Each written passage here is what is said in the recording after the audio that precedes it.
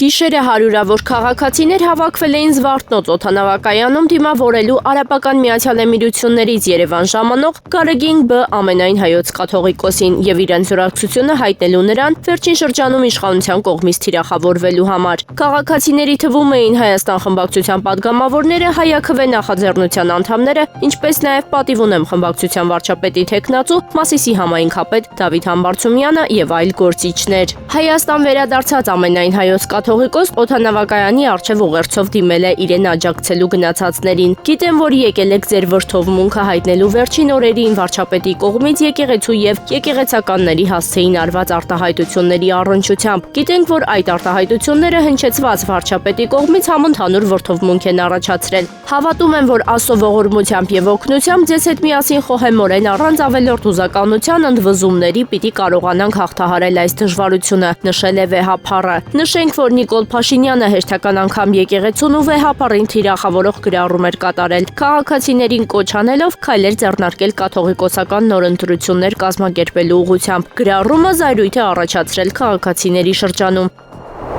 Վեհապառին դիմավորելու գնացած մեծաթիվ քաղաքացիների հանգամանքով պայմանավորված ոստիկանական ուժերը խիստ հսկողություն էին իրականացնում։ Մեդիահաբի տեղեկություններով ներքին գործերի նախարարության ոստիկանության օպերատիվ աշխատողներից մոտ 180 հոգի 3 զեկուցագիր է գրել, որ ծառայություն չի իրականացնի Զվարթնոց օդանավակայանում։ Ոստիկանները հրաժարվել են ծառայություն իրականացնել, որը կարող է դեմ լինել հայ առաքելական եկեղեցուն։ Առավոտյան Հայաստանի վարչապետ Նիկոլ Փաշինյանը շարունակել է իր արշավը, այս անգամ նշելով. «Մայրաթոր Սուրբ Էջմիածինը թող պարզաբանի համաձայն հայաստանյաց առաքելական Սուրբ եկեղեցու կանոնների, ինչ է տեղի ունենում, երբ պարզվում է կուսակրոն հոգևորականը խախտել է կուսակրոնության ուխտը եւ կուսակրոնության ուխտի ստանձնումից հետո զավակ է ունեցել», նշել է Փաշինյանը։ Նժդեհ Իսկանդարյանը նշանակվել է Արցախի պետնախարար, այս մասին վերջինս հայտնել է Արցախցիների իրավունքների պաշտպանության խորհրդի մամուլի ասուլիսի ընթացքում։ Չէի կարող խոսել պետական ինստիտուտների դերի մասին եւ ստանալով առաջարկ ինքս լքել այդ շարքերը, ես իմ ունակությունների չափով կանգնած եմ լինելու պետականության կողքին, ասել է Իսկանդարյանը։ Ամերիկայի Միացյալ Նահանգների նախագահ Դոնալդ Թրամփի վարչակազմը Լոս Անջելես է տեղակայել շուրջ 700 ծովային հետևակային անօրինական ներգաղթյալների դեմ ուժեղացված գործողությունների ֆոնին։ Նրանց առաքելությունը պաշտպանել դաշնային կառույցներն ու աջակցել ներգաղթի դեմ ռեյդերին առաջացրել է խորը դժգոհություն Կալիֆոռնիայի ղեկավարության եւ ընդդիմադիր դեմոկրատների շրջանում։ Կալիֆոռնիան դատի է տվել Թրամփի վարչակազմին, փորձում կանխել ազգային գվարդիայի եւ ծովայինների տեղակայումը պնդելով, որ այն խախտում է նահանգի ինքնիշխանությունն ու դաշնային օրենքները։ Սենատի զինված ուժերի կոմիտեի դեմոկրատական ղեկավար Ջեք Ռիդն այս քայլը անվանել է աննախադեպ սպառնալիք եւ ռազմական ուժի քաղաքական օգտագործում։ Լոս Անջելեսում եւ եւս 9 քաղաքներում 4-րդ օրն անընդմեջ բողոքի ակցիաներ են ընթանում։ Ոստիկանությունը ցրել է ցուցարարներին, կիրառելով հատուկ միջոցներ։ Միգրացիոն ծառայությունը հայտնել է, որ վերջին օրերին օրական 2000-ից ավելի ձերբակալություն է կատարել, կրկնապատկելով անցյալ տարվա միջին ցուցանիշները, հայտնում է Reuters-ը։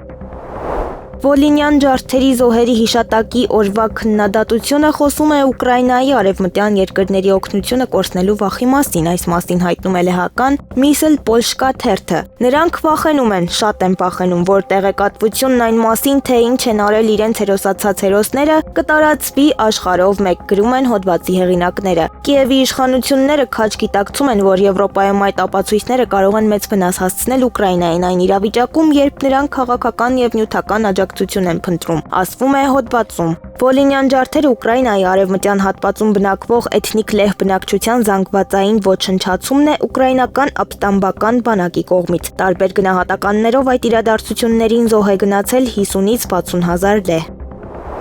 Հակամարտության կարգավորման բանակցություններում Ուկրաինայի պատվիրակությունը իրավասու է հուշագրի շրջանակներում Ռուսաստանի Դաշնության հետ քննարկել միայն հումանիտար հարցեր։ Այս մասին հունգարական Վալաս օնլայն հրատարակությանը տված հարցազրույցում հայտարարել է Ուկրաինայի նախագահ Վլադիմիր Զելենսկին։ Մեր հուշագիրը բանակցությունների հիմքն է, ասել է ուկրաինացի քաղաքական գործիչը։ Զելենսկին նշել է, որ ուկրաինական բանակցային խումբը մանդատ ունի քննարկելու Ռուսաստանի Դաշնության կողմից ենթադրաբար առևանգված ռազմագերիների եւ երեխաների ճակատագիրը, ինչպես նաեւ ժամանակավոր զինադադարի հարցերը։ Սակայն բանակցությունները մանդատ չունեն քննարկելու Ուկրաինայի ինքնիշխանությունն ու տարածքային ամբողջականությունը, ընդգծել է Ուկրաինայի ղեկավարը, հավելելով, որ դա սահմանադրական հարց է։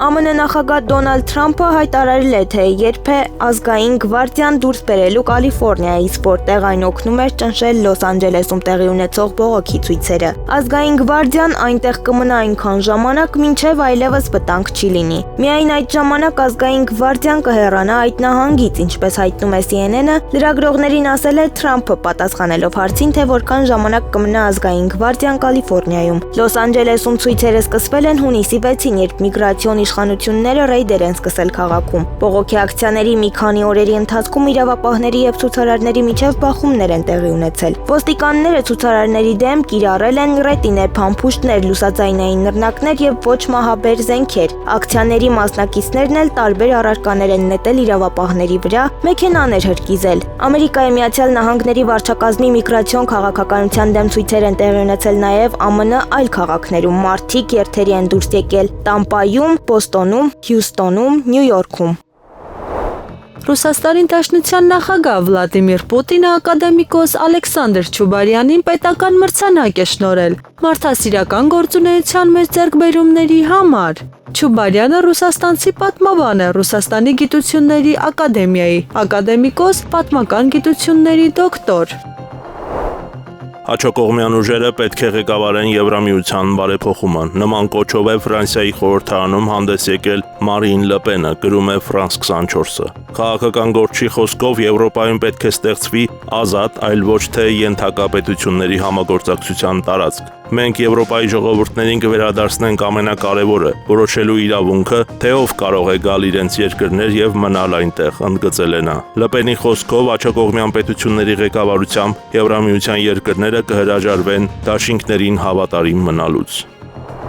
Բրիտանացի քաղաքական գործիչ Ջորջ Գալուեյը մեղադրել է երկրի իշխանություններին Ուկրաինային օգնելու համար ծերերից նպաստերը խլելու մեջ փոխանցում է լենտան։ Նա անիրագործելի եւ անհեթեթ է անվանել Միացյալ Թագավորության պատերազմի նախապատրաստումը սկսելու վարչապետ Քիր Սթարմերի մտադրությունը, հիշեցնելով, որ երկիրը գիտակցաբար փակել է պողպատի արդյունաբերությունը եւ այժմ չունի ոչ պողպատ, ոչ որակավորված աշխատողներ, ոչ միջոցներ նման ծրագրերի իրականացման համար։ Քաղաքական գործիչը հավելել է, որ միջուկային գերտերության դեմ պատերազմի պատրաստվելը ունենալով 70,000 հոգանոց բանակ եւ չունենալով պողպատ զենք պատրաստելու համար աբսուրդ է, ուստի Սթարմերի հայտարարությունները խոսքեր են եւ կառավարության ձախողումները թաքցնելու քաղաքական հնարք։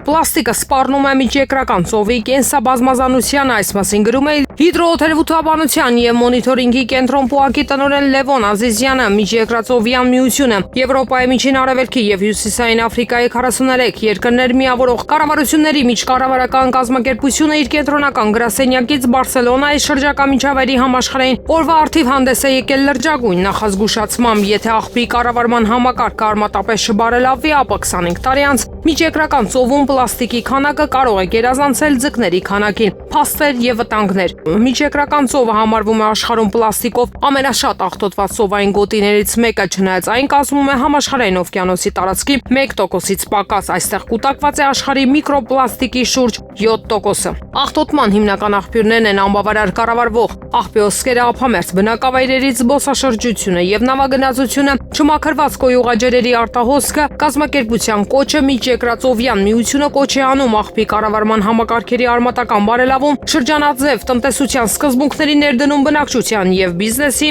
բնապահպանական իրազեկության բարձրացում, միջազգային համագործակցության խթանում ծովային միջավայրի պահպանման ուղղությամբ։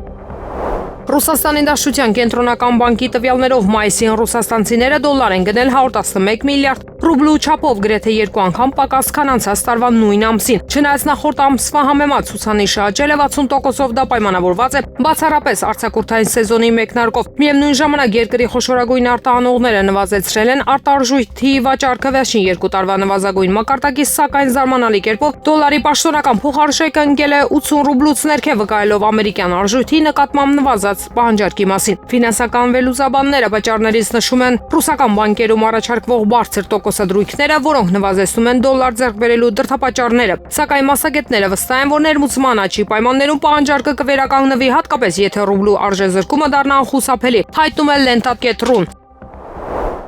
Ղրիմում հայտարարել են հրթիռային հարվածի վտանգի մասին, այս մասին հաղորդվում է Ռուսաստանի արտակարգ իրավիճակների նախարարության հավելվածում, փոխանցում է Lenta-ն։ Արտակարգ տեղեկատվություն հրթիռային վտանգ Ղրիմի հանրապետությունում եղեք զգոն, ասված է հաղորդագրության մեջ։ Գերատեսչությունում իրավիճակի մասին այլ տվյալներ չեն ներկայացվել։ Գերմանիայի դաշնային հետախուզական ծառայության ղեկավար Բրունո Կալը հայտարարել է, որ Ռուսաստանն այլևս չի հավատում կոլեկտիվ պաշտպանության վերաբերյալ ՆԱՏՕ-ի 5-րդ հոդվածի ուժին եւ կցանկանար այն փորձարկել հարձակվելով Հյուսիսատլանտյան դաշինքի անդամներից մեկի վրա, մեջբերում է NTV հեռուստաալիքը։ Նրա խոսքով չպետք է թերագնահատել Ռուսաստանի սպառնալիքը, քանի որ նրա կարծիքով Մոսկվան ձգտում է ընդլայնել իր ազդեցության ոլորտները։ Մենք բացարձակապես համոզված ենք եւ ունենք հետախուզական ապացույցներ, որ Ուկրաինան ընդամենը մեկ քայլ է դեպի արևմուտք ճանապարհին։ Մոսկվայում կան մարդիկ, ովքեր այլևս չեն հավատում, որ ՆԱՏՕ-ի 5-րդ հոդվածը գործում է եւ նրանք ցանկանային դա փորձարկել, ասել է Կալը։ ՆԱՏՕ-ի առաջիկա գագաթնաժողովին Ուկրաինայի նախագահ Վոլոդիմիր Զելենսկու մասնակցությունը հնարավոր դարձնելու համար պետք է կոնկրետ որոշումներ կայացվեն Կիևին աջակցելու համար։ Այս մասին հայտարարել է Հանրապետության արտաքին գործերի նախարարության ղեկավար Անդրեյ Սիբիգան, փոխանցում է RBK Ուկրաինան։ Սիբիգան հայտարարել է, որ ոչ մի երրորդ երկիր, այդ թվում Ռուսաստանը, իրավունք չունի վետո դնելու ՆԱՏՕ-ին Ուկրաինայի անդամակցության վրա։ Նա նաև հավելել է, որ Ուկրաինայի անվտանգությունը եւ Եվրոատլանտյան անվտանգությունը անբաժանելի եւ Կիևն այստեղ հայցող կողմ չէ։ Նախագահ Զելենսկու մասնակցությունն այս միջոցառմանը հնարավոր դարձնելու համար պետք է լինեն համապատասխան ամուր որոշումներ, որոնք արդեն իսկ ուժեղացնում են մեր պաշտպանունակությունը։ Ելնելով այս ռամաբանությունից մենք կառուցում ենք մեր ակնկալիքները եւ դրանք ուղղակիորեն փոխանցում մեր գործընկերներին, ասել է Սիբիգան։ Լեհաստանի ներքին գործերի նախարար Տոմաս Սիեմոնյակը եւ Գերմանիայի ներքին գործերի նախարար Ալեքսանդր Դոբրինդը կոչ են արել հեռացնել ուկրաինացի փախստականներին սոցիալական աջակցության համակարգերից։ Այս մասին հայտնում է Լեհաստանի նախարարության կայքը։ Ինչ վերաբերում է Լեհաստանում եւ Գերմանիայում Ուկրաինայից փախստականների հետ կապված իրավիճակին, նախարարները Եվրամիության բյուջեից ավելի շատ աջակցություն են ակնկալում, քան մինչ այժմ տրամադրվել է։ Լրացուցիչ ջանքեր պետք է գործադրվել փախստականներին սոցիալական աջակցության համակարգից անկախացնելու համար, ասվում է Լեհաստանի ներքին գործերի նախարարության հայտարարության մեջ։ Նախարարության տվյալներով ներկայումս Գերմանիայում բնակվում է Ուկրաինայի մոտ 1 միլիոն քաղաքացի, ընդ որում Լեհաստանում ուկրաինացի փախստականների թիվը կազմում է 1.5 միլիոն։ Ուկրաինան այս պահին պատրաստ չէ խաղաղության, նման կարծիք է հայտնել Բելարուսի արտաքին գործերի նախարար Մաքսիմ Պրիժենկովը Ռոսիա 24 հեռուստաալիքի եթերում։ Առայժմ ինձ չի թվում, որ նրանք պատրաստ են խաղաղության, ասել է նա։ Պրիժենկովը քննադատել է նաև հակամարտող կողմերի միջև զինծառայողների մարմինների տեղափոխման ժամկետի վերաբերյալ պայմանավորվածությունների բացակայությունը։ Պարզ է, որ ձեզ համար քաղաքականապես ձեռնտու կարող է չլինել այնտեղ գումար վճարել, խոստովանել, որ 6000 են եւ այլն, բայց իսկ հարազատները, իսկ սիրելիները, ասել է Պրիժենկովը։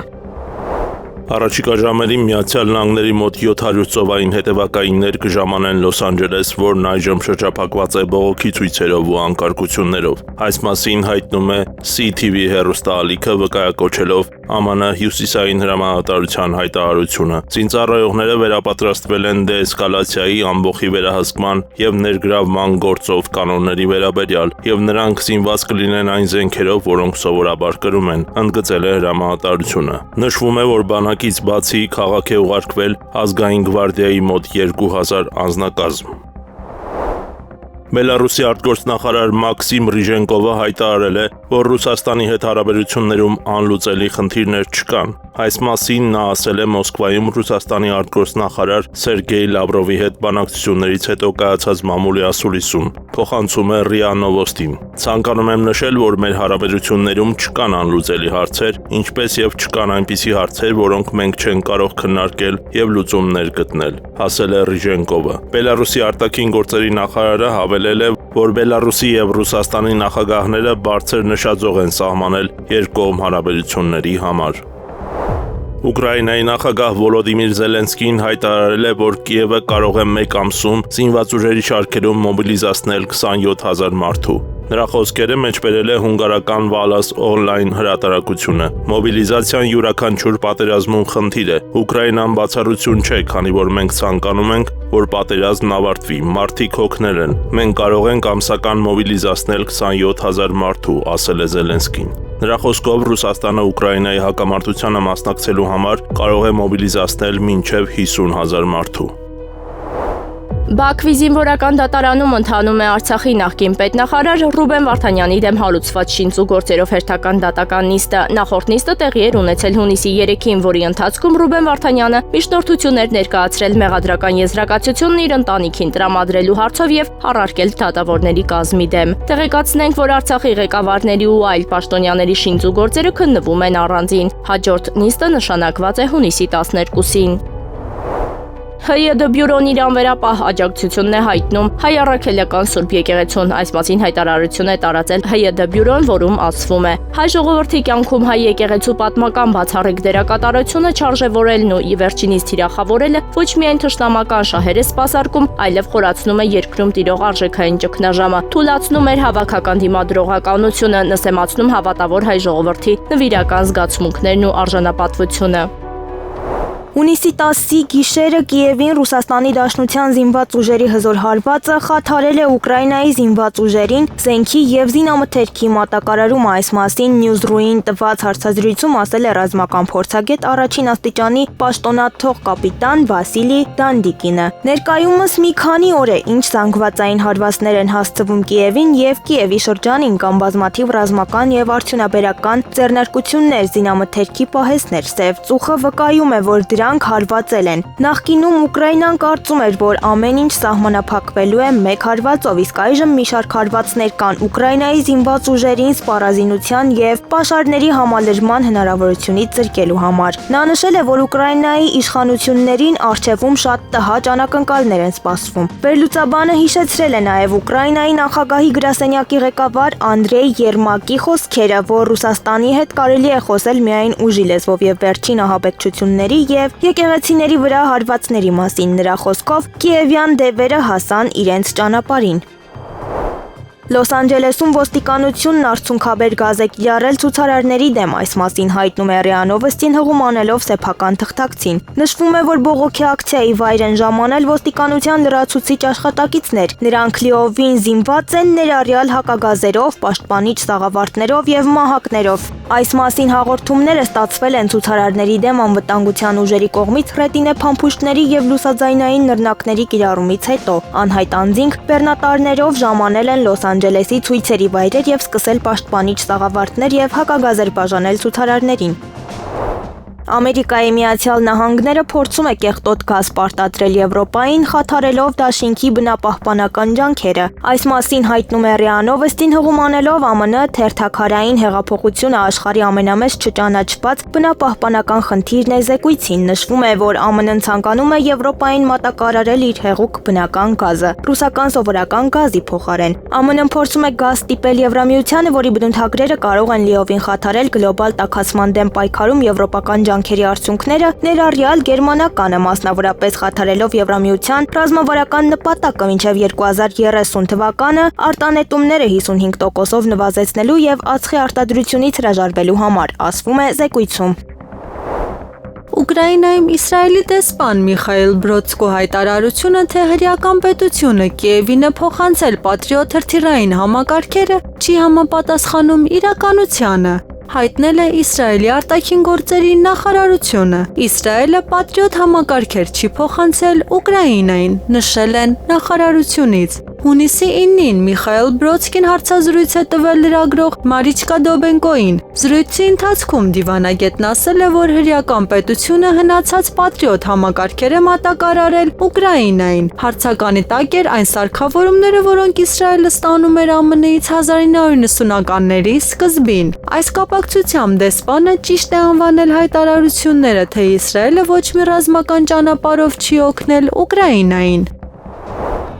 Իրանի ազգային անվտանգության բարձրագույն խորհուրդը հայտարարել է, որ Իրանը պատրաստ է պատասխան հարված հասցնել իր թաքնված միջուկային ենթակառուցվածքին Իսրայելի հարձակման դեպքում, փոխանցում է ՏԱՍՍ-ը։ Այսօր իրականացված հետախուզական եւ օպերատիվ գործունեության արդյունքում ձեռք բերված տեղեկատվությունը կործանիչներին թույլ է տալիս դիմակայել հանրապետության միջուկային ենթակառուցվածքի վրա հնարավոր հարձակմանը, ասվում է հայտարարության մեջ։ Նշվում է, որ Թեհրանն ի վիճակի է հետ մղել ցանկացած ագրեսիա համաչափ հարված հասցնելով Իսրայելի թաքնված միջուկային ենթակառուցվածքին։ Մայիսի սկզբին Իսրայելը տեղեկացրեց ԱՄՆ նախագահ Դոնալդ Թրամփի վարչակազմին, որ պատրաստվում է հարձակվել Իրանի միջուկային օբյեկտների վրա։ Կիևը հունիսի 10-ի գիշերը ենթարկվել է ռուսական անօդաչու թռչող սարքերի զանգվածային հարձակման, այս մասին գրել է Ուկրաինայի մայրաքաղաքի քաղաքապետ Վիտալի Կլիչկոն իր Telegram ալիքում։ Նրա խոսքով գործողության ընթացքում Ռուսաստանի Դաշնության զինված ուժերը տասնյակ անօդաչու թռչող սարքեր են օգտագործել։ Հարվածների թիրախ են դարձել քաղաքի 7 շրջանների օբյեկտները՝ Դնեպրովսկի, Դարնիցկի, Տեսնյանսկի, Օբոլոնսկի, Պոդոլսկի, Սոլոմենսկի եւ Շևչենսկովի։ Մեծ թվով անօդաչու թռչող սարքեր շարունակում են մուտք գործել մայրաքաղաք, ընդգծել է Կլիչկոն։ Նա հավելել է, որ հարձակումների պատճառով հրադադարներ են բռնկվել Կիևի որոշ թաղամասերում, այս ֆոնին քաղաքում մոբիլիզացվել են արտակարգ իրավիճակների բոլոր ծառայությունների աշխատակիցները։ Լոս Անջելեսի ոստիկանությունը միգրանտների վրա հարձակումների պատճառով ցուցարարների դեմ օգտագործել է նռնակներ, այս մասին հայտնում է ՌԻԱ Նովոստին։ Ակցիայի մասնակիցներից մեկը ոտքին ռետինե փամփուշտից վնասվածք է ստացել, սակայն լրագրողները ոստիկանների ձեռքերում հրազեն դեռ չեն տեսել։ Հունիսի 10-ի գիշերը ցուցարարները հավաքվել են քաղաքի կենտրոնում կառավարության շենքի մոտ, այն բանից հետո, երբ ոստիկանները սկսել են ցրել մարդկանց, նրանք մի փոքր հեռացել են հավաքի վայրից, սակայն չեն ցրվել։ Ցուցարարների թիվը չի նշվում, սակայն լրագրողները նշում են, որ քաղաքում զուգահեռ մի քանի բողոքի ակցիաներ են տեղի ունենում։ Կալիֆոռնիայի նահանգը եւ նահանգապետ Կևին Նյուսոմը հայց են ներկայացրել ԱՄՆ նախագահ Դոնալդ Թրամփի դեմ նահանգում ազգային գվարդիայի զորքեր տեղակայելու համար, հայտնում է RBC-ն։ Հայցում ասվում է, որ Թրամփը հրամայել է ազգային գվարդիային տեղակայվել, չնայած այն ղեկավարող նահանգապետ Նյուսոմի որոշմանը եւ բողոքի ցույցերն օգտագործել է Կալիֆոռնիայի նահանգի ինքնիշխանությունը խախտելու համար։ Դատավարության մեջ բացի Թրամփից մեղադրյալներ են Պենտագոնը եւ ԱՄՆ պաշտպանության նախարար Փիթ Հեքսեթը։ Թրամփը բազմիցս օգտագործել է արտակարգ իրավիճակների լիազորությունները գերազանցելու օրինական գործադիր իշխանության սահմանները։ Հունիսի 7-ին նա օգտագործեց բողոքի ակցիան, որը վերահսկվում էր տեղական իշխանությունների կողմից, իրականացնելու հերթական աննախադեպ իշխանությունը, այս անգամ Կալիֆոռնիա նահանգի ինքնիշխանության գնով, ասվում է փաստաթղթում։ Միացյալ Նահանգների Լոս Անջելես քաղաքում սկսվել է թալանը, որում ներգրաված են մարդիկ, ովքեր բողոքում են Սպիտակ տան ներգաղթային քաղաքականության դեմ։ Այս մասին հայտնում է ՌԻԱ Նովոստին։ Լրագրողների տեղեկություններով Երևանի ժամանակով մոտավորապես առավոտյան 8-ին ցուցարարները, որոնց նախկինում ցրել էին ոստիկանները, կրկին հավաքվել ու հարձակվել են հարակից խանութների վրա։ Ցուցարարների մի մասը ներխուժել է խանութ, իսկ մյուսները սկսել են պղծել հուշարձաններն ու ենթակառուցվածքները։ Նշվում է, որ ուժայինները չեն միջամտում տեղի ունեցողին։ Ռուսաստանը կոչ է անում կոնտեքստից չկտրել ՌԴ նախագահի օգնական Վլադիմիր Մեդինսկու խոսքերը Ղարաբաղի մասին, հայտարարել է Ռուսաստանի արտաքին գործերի նախարարության պաշտոնական ներկայացուցիչ Մարիա Զախարովան։ Պետք չէ գոյություն չունեցող թեզեր հանել կոնտեքստից եւ տեղերով փոխել բառերը, տալով դրանց բոլորովին այլ իմաստ, նշել է դիվանագետը։ Զախարովան ընդգծել է, որ Ռուսաստանը պաշտոնապես ճանաչում է Լեռնային Ղարաբաղը որպես Ադրբեջանի տարածք։ Ռուսաստանի արտաքին գործերի նախարարության պաշտոնական ներկայացուցիչը բացատրել է, որ Մեդինսկին խոսել է պատմական ասպեկտի, սոցիալ-մշակութային առանձնահատկությունների եւ մարդկանց ցավի մասին։ Հիշեցնենք, ավելի վաղ ՌԴ նախագահի օգնական Վլադիմիր Մեդինսկին ուկրաինական կարգավորման համատեքստում բերել էր Լեռնային Ղարաբաղի օրինակը։ Նա նշել էր, եթե ամբողջ ռազմաճակատի երկայնքով հակամարտությունը դադարեցվի, կկնքվի ինչ-որ տեսակի զինադադար։ Այս տարածաշրջանը կվերածվի հսկայական Ղարաբաղի։ Ի պատասխան սրա, Ադրբեջանի ԱԳՆ-ն էլ հայտարարել է. «Մենք խորհուրդ ենք տալիս պարոն Մեդինսխուն զերծ մնալ միջպետական հարաբերություններին վնաս հասցնելուց»։ Նման սխալ հայտարարություններ անելով իր լիազորությունների շրջանակից դուրս հարցերի վերաբերյալ։ Բելարուսի նախագահ Ալեքսանդր Լուկաշենկոն հավանություն է տվել համաձայնագրերի նախագծերին, որոնք կհեշտացնեն ԵՏՄ անդամների առևտուրը երրորդ երկրների հետ։ Բելարուսի ղեկավարն այսօր ստորագրել է ԵԱՏՄ-ի եւ Մոնղոլիայի միջև ժամանակավոր առևտրային համաձայնագրի նախագիծը, ինչպես նաեւ ստորագրել է ԵԱՏՄ-ի եւ ԱՄԷ-ի տնտեսական գործընկերության մասին համաձայնագրի նախագծի տակ։ Համաձայնագրերի նախագծերի շուրջ բանակցություններ վարելու եւ դրանք ստորագրելու համար լիազորված է կառավարությունը, հայտնել են Բելարուսի նախագահի մամուլի ծառայությունից։ 4 տարի անց վերջնականապես ավարտվել է պրոֆեսոր Արմեն Չարչյանի քրեական գործը, որը պսակվել է հաջողությամբ։ Այս մասին հայտարարել է նրա փաստաբան Էրիկ Ալեքսանյանը։ Վճռաբեկ դատարանը որոշում է կայացրել Հայաստանի Հանրապետության գլխավոր դատախազի բողոքը վարույթ ընդունելը մերժել, ինչը նշանակում է, որ Արմեն Չարչյանի նկատմամբ պայմանականորեն չկիրառված պատիժը մնաց ուժի մեջ։ Բացառիկ մարդ շատերի կյանքը փրկած հրաշագործ Չարչյանը չի ազատազրկվի, ասել է նա։ Պաշտպանության նախարարությունը հանրային քննարկման է ներկայացրել նախագիծ, որով նախատեսվում է 2025 թվականի սեպտեմբերի 15-ից մինչև դեկտեմբերի 15-ը անցկացնել պահեստազորայինների վարժական հավաքներ։ Սահմանվում են վարժական հավաքների անցկացման նպատակները, ներգրավվող պահեստազորայինների կազմերը, մասնագիտությունները, քանակները, ներգրավման ժամկետները։ Վարժական հավաքները հայտարարվում են պահեստազորայինների ռազմականունակությունների կատարելագործման, մասնագիտական վերապատրաստման եւ պատրաստման բարձրագույն կրթություն ունեցող ենթասպայական կազմից պահեստազորի սպաների պատրաստման մարտական հերթապահության ներգրավման նպատակով։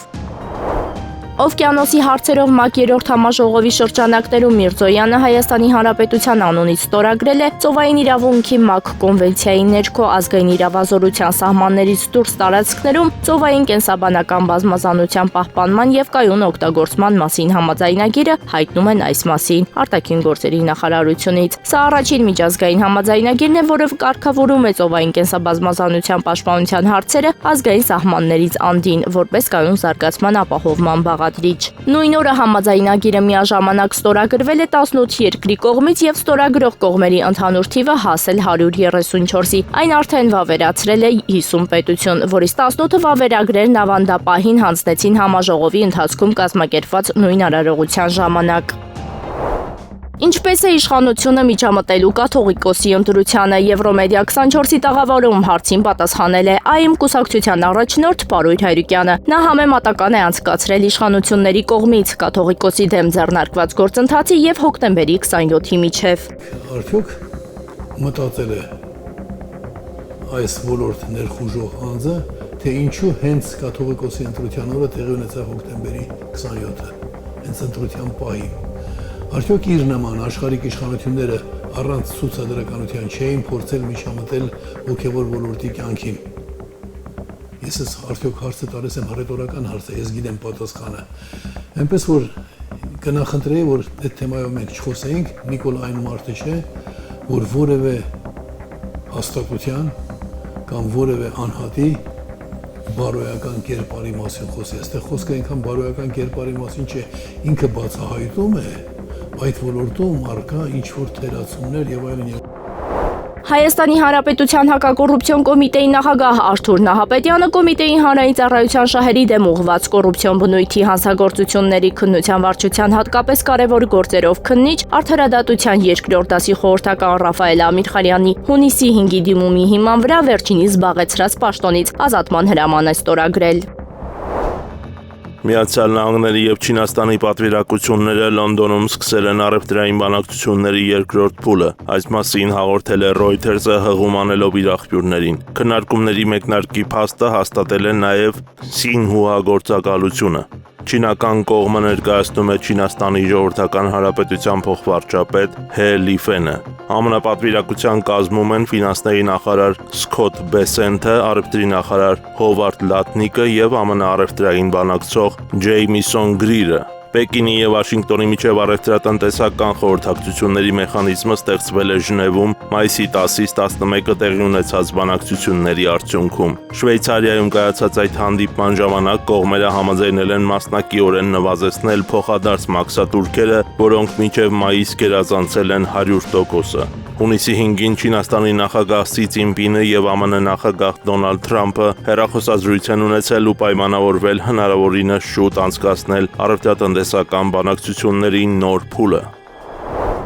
Եղանակը առաջիկա օրերին։ Երևանում հունիսի 10-ից 3-ը, 12-ից 15-ի երեկոյան եւ 15-ի գիշերը հնարավոր է կարճատև անձրև եւ ամպրոպ։ Հունիսի 11-ին, 12-ից 14-ի գիշերը սպասվում է առանց տեղումների եղանակ։ Մարզերում հունիսի 10-ից 3-ը, 11-ից 13-ի կեսօրից հետո, 14-ի եւ 15-ի գիշերը եւ կեսօրից հետո առանձին շրջաններում սպասվում է կարճատև անձրև եւ ամպրոպ։ Հնարավոր է նաեւ կարկուտ։ Հունիսի 11-ից 13-ի գիշերը սպասվում է առանց տեղումների եղանակ։ Օդի ջերմաստիճանը հունիսի 10-ից 3-ը կնվազի 2-ից 3, հունիսի 11-ից 14-ին աստիճանաբար կբարձրանա 3-ից 5 աստիճանով։